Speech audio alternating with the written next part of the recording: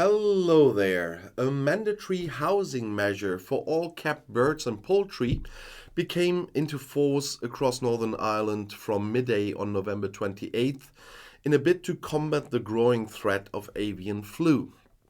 The housing order legally requires all bird keepers, including owners of pet birds, commercial flocks, backyard and hobby flocks, to keep their birds indoors or otherwise separate from wild birds, and is part of the avian influenza prevention zone in Northern Ireland. The introduction of the mandatory housing measures includes a ban on certain bird gatherings.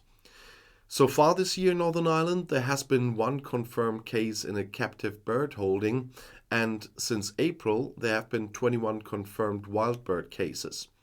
Positive cases in wild birds, commercial and backyard flocks across Great Britain and the Republic of Ireland continue to occur, and in recent months have been on the rise.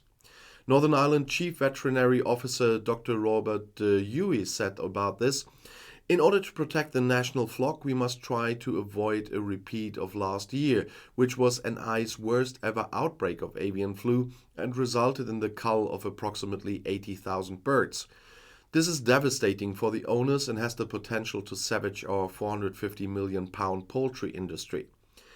Avian flu is a cunning and determined virus and will exploit any and all gaps in our biosecurity, which is best defense you have against an outbreak. No one is safe from an incursion, and cases in Northern Ireland will increase significantly over the coming months unless we all take immediate action now. Anyone who keeps birds and poultry, not just those in the commercial sector, will now have a legal obligation to adhere to the housing order requirements, which are there to protect your flock. Avian flu will wipe it out in a matter of days, and the costly and emotional task of culling and disposal is something you will want to avoid.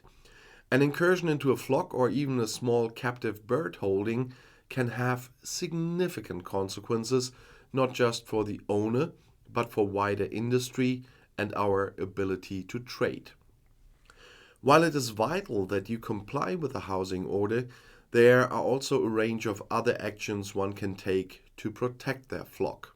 For example, ensure feed and bedding is protected from rodents and wild birds, make sure there are no gaps in your housing, or clean your footwear every time you visit your birds, and humanely control rodents, and also regularly clean and disinfect hard surfaces. These actions should become a regular, repetitive and instinctive part of bird owning routines. These are not one-off events, but something one should do every single day and come as naturally as providing food and water for your birds. DAERA reminds you that it's legal requirement for all bird keepers to also register their birds, unless they are kept within their own home. This enables them to contact people with important disease information, giving them the best opportunity to protect your birds. People in Northern Ireland can use the online bird registration form. And the department has developed a biosecurity self-assessment tool to help bird keepers in the review of their biosecurity arrangements. The checklist can be completed online and saved to people's devices. Avian influenza is a notifiable disease in Northern Ireland. Anyone who suspects an animal may be affected by a notifiable disease must, by law, report it to their local DAERA direct office. And in Britain, overall, half of the free-ranging turkeys have been culled because of bird flu. According to the industry association British Poultry Council, around 600,000 birds are affected. It's said to be the deadliest outbreak of bird flu in UK history. Hundreds of thousands of the birds, which are a favorite Christmas dish for Brits, have had to be culled in connection with the disease. However, since only a small proportion of the animals sold are free range, the poultry farmers did not expect a turkey shortage over the festive period, although it's a lot of them. A total of around 9 million turkeys are bred per season. Special rules due to bird flu allowed farmers to slaughter and freeze the turkeys earlier than usual.